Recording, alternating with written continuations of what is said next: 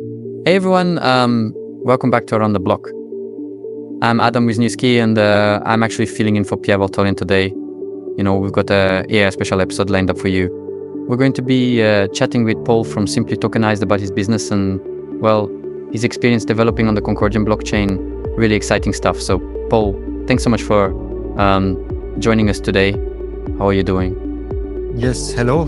First of all, thank you for having me. Absolutely. It's great to have you here. So, Paul, I understand you've been in this space for quite a while now. Can you give us a quick overview of your background and what SimplyTokenized is all about? Just to sort of set the scene for our listeners, you know? I'm CEO and founder of SimplyTokenized. I'm more than 10 years already working on alternative financing ways to support companies to get new ways of funding and building up the whole financial setup more sustainable.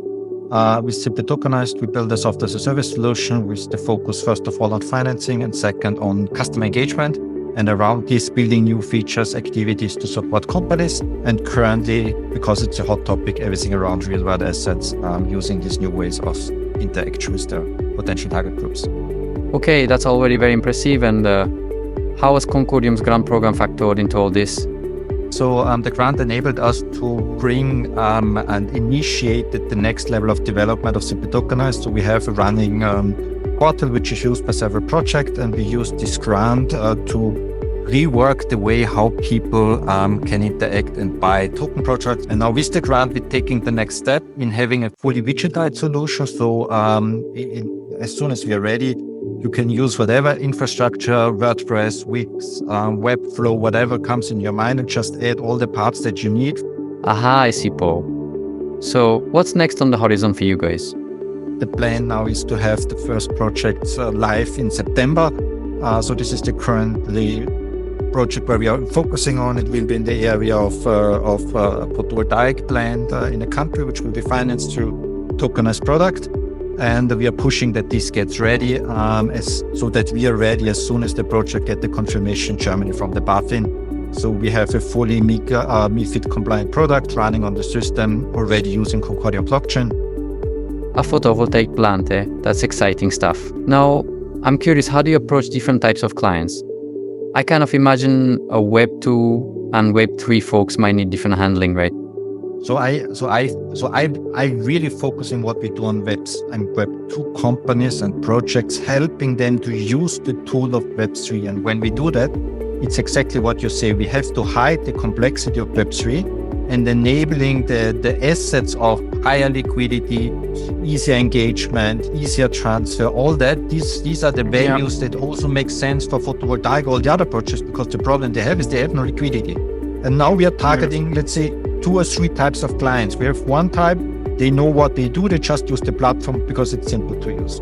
On the other side, when we have Web 2 projects, sometimes we just support them in using a simple financial product like a bond, which is tokenized, for them to start understanding what they can do.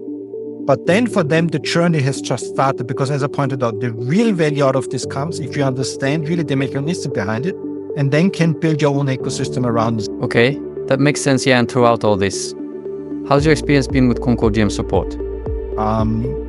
Definitely what helped us also to, whenever needed, we get a quick response, can have a call. So this really helps to clean out all the questions and take the next steps from there.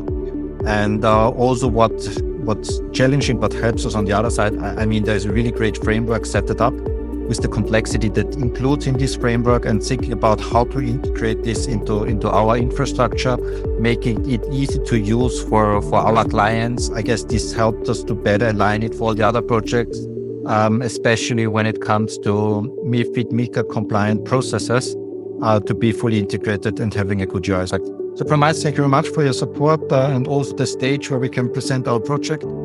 That's great to hear, and you are very welcome, Paul. Last question, what would you say to someone who's on the fence about building on Concordium?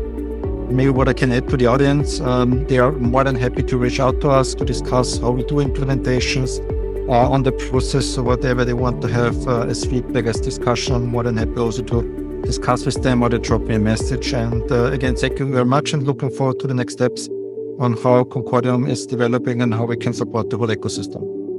Wow, Paul. That's really fascinating stuff. you've given us a lot to think about here.